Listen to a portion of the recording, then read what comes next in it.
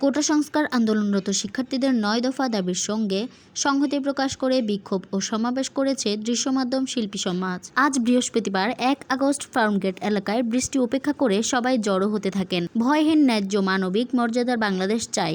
সব হত্যাকাণ্ডের বিচার করো, হত্যা, সহিংসতা, গণগ্রেফতার, হয়রানি বন্ধ করো স্লোগান দিতে থাকেন শিল্পীরা।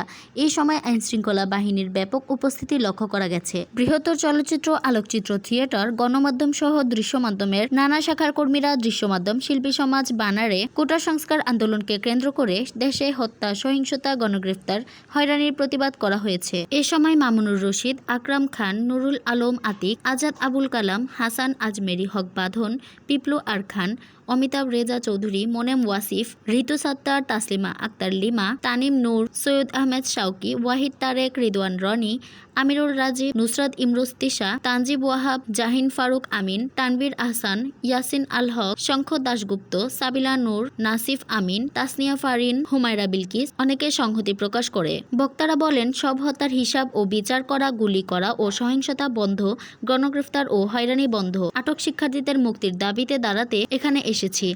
অবিলম্বে হত্যাকাণ্ডের বিচার ও হত্যা, সহিংসতা, গণগ্রেফতার, হয়রানি বন্ধ করতে হবে।